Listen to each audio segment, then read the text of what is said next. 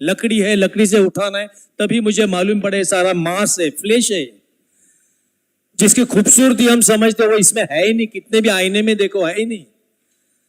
और तभी पता चला कि उससे भी आगे अगर कोई चीज है तो वह है आत्मा। आत्मा परमात्मा, मतलब एक जो ऐसी शक्ति है जिसके हम सारे संतान है, तो हम झगड़ा किसके लिए कर रहे हैं? मेरी नजर से हम भारत भूमि संतों की भूमि है, हम मिसाल देते हैं उनके बाहर। मैं देश विदेश घूमता हूं, मैं अभी मैं कश्मीर भी गया था, वहां का भी लोगों का ऐसा ही कार्यक्रम हमें ऑर्गेनाइज करना है, वहां पे बहुत जल्द हो जाएगा। लोग चाहते हैं कि प्रेम आ जाए, शांति आ जाए, हम सब एक साथ रहेंगे। अखंड भारत जो है हमारा, हम पहले भी एक थे, आगे भी एक रहेंगे, बस थोड़ा है, थोड़े की कमी है। मैं से हम पे आ जाएंगे तो ये भाईचारा बहुत जल्दी हो जाएगा। सबको बहुत बहुत धन्यवाद। मैंने देखा कि दूर दूर से सारे लोग आए, और मैं तो बोला हमारे जैसे लोगों को बोलने का मत, आप लोगों से हम सुनने के लिए यहाँ बैठे हुए हैं। धन्यवाद। हरिओम। बहुत बहुत धन्यवाद। मैं धर्मगुरु कीर्ति महाराज से विनती करता हूं कि वो डायस पे तशरीफ लाए। इसके बाद सिख समाज से आए हुए हमारे गोवर्धन सिंह सोढ़ी, जो ज्ञानी जी है जलगांव गुरुद्वारा के, वो यहाँ है, तो वो आके अपने विचार व्यक्त करें।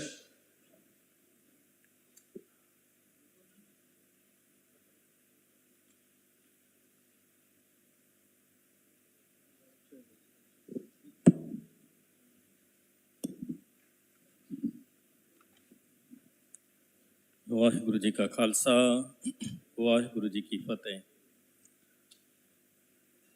मालिक की दया से इतने गुणी ज्ञानी और संतों को आज सुनने का मुझे यहाँ पर जो अवसर नसीब हुआ, भाग्यशाली महसूस करता हूँ मैं खुद को, कि इतने मालिक के प्यारों के दर्शन भी नसीब हो रहे हैं करके।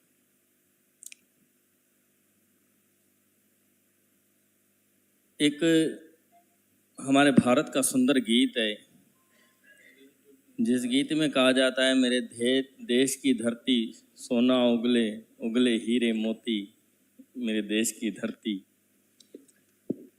हमारा देश, ये तो शब्दों के अंदर उससे सजाया गया और अच्छे से बयान किया गया, पर हमारे देश की विशेषता क्या है कि हमारे देश में बड़े बड़े संत, सदगुरु, दरवेश, और हमारे देश में अवतारों ने जन्म लिया है। भाई सही बात है ना, राजा रामचंद्र जी अवतार इस देश में जन्म लिया, श्री कृष्ण जी महाराज ने इस देश में जन्म लिया, अन्य और बहुत से ऐसे संत सदगुरु भी हमारे इस देश में आकर के जन्म लेकर आए हैं करके। संत गजानन साहब जी, शिरडी के साईनाथ जी महाराज। तो हमारा जो देश है, इन संत कबीर साहब, नामदेव जी, संत रविदास साहब जी, इन मालिक के प्यारों से, वाणियों से ये देश हमारा संभला हुआ है।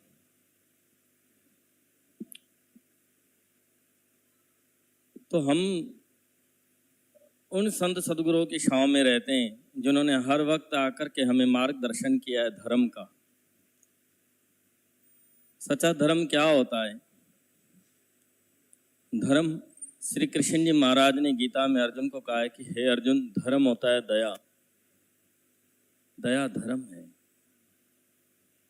हमें ये बात नहीं मालूम, क्योंकि हम इस बात से बहुत दूर हो चुके हैं।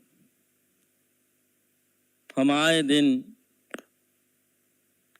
इन बातों के पीछे ध्यान देकर बैठे हैं कि हमारे देश में झगड़े हो रहे हैं।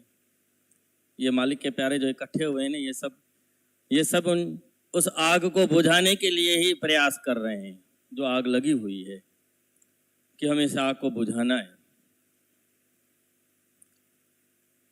पर सबसे पहले मुझे एक छोटी बात याद आ रही है कि एक गांव में बहुत भीषण आग लगी हुई थी। पूरा गांव वो गांव उस आग को बुझाने के प्रयास में जुटा हुआ था। एक चिड़िया थी, छोटा सा परिंदा, वो चोंच में पानी लेकर के उस आग में जाकर के डाल रहा था। एक जन ने उससे पूछा तेरे को बात बता, तेरी कुश्ती अवस्था छोटी है, तेरी चोच छोटी है, उसमें पानी कितना आता होगा और तू कितनी भीषण आग को बुझाएगी, जिसको गांव बुझाने के पीछे पड़ा है, तेरे से बुझेगी?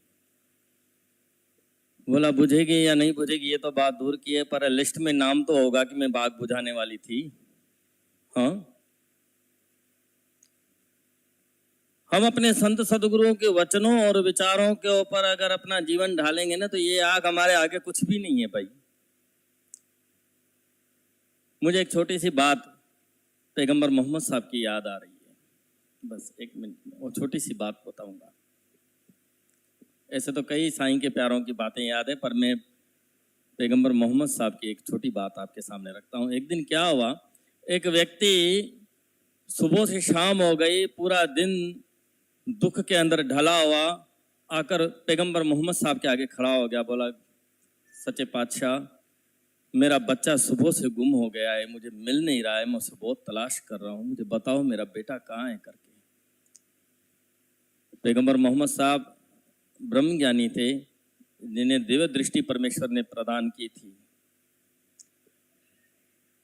आपने उसे बताया कि भाई फला दिशा में बच्चों के साथ खेल रहा है तेरा बच्चा, जाकर अपने बच्चे को ले आ, पर अपने बेटे को बेटा कहकर नहीं बोलना, उसका नाम लेकर उसे पुकारना। गया तो सही, अपने बेटे को बेटे का नाम लेकर के जो था वो पुकारा, वो आ गया, उसका नाम उसने नहीं लिया, पर हैरत में था कि मैं अपने बेटे को बेटा न कहूँ, मुझे मालिक के पैगंबर साहब ने मुझे ये क्यों ऐसा बताया करके रिटर्न आकर के पैगंबर साहब के आगे खड़ा हो गया और कहने लगा, बोला कृपा निदान दयालु सतगुरु, मुझे ये तो बता कि मेरी संतान को मैंने बेटा बोलने से मुझे आपने रोका है, आज मैं अपने बेटे को बेटा ना कहूं, उसे नाम लेकर पुकारूं, ऐसा क्यों?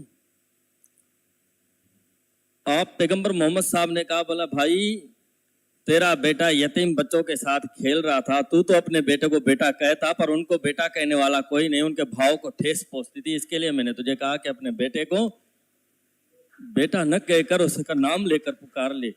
हम ऐसे महापुरुषों की छांव में हैं जिन्हों को इतना भी एहसास है कि यतीम का दिल न दुखे, किसी बच्चे का दिल न दुखे, किसकी भावनाओं को ठेस न पहुंचे, इसे ही धर्म कहा गया है।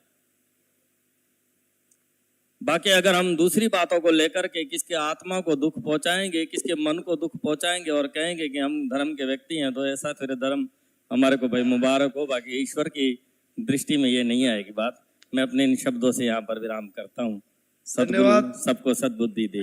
गोवर्धन सिंह जी, मेरी विनती रहेगी कि जो हमने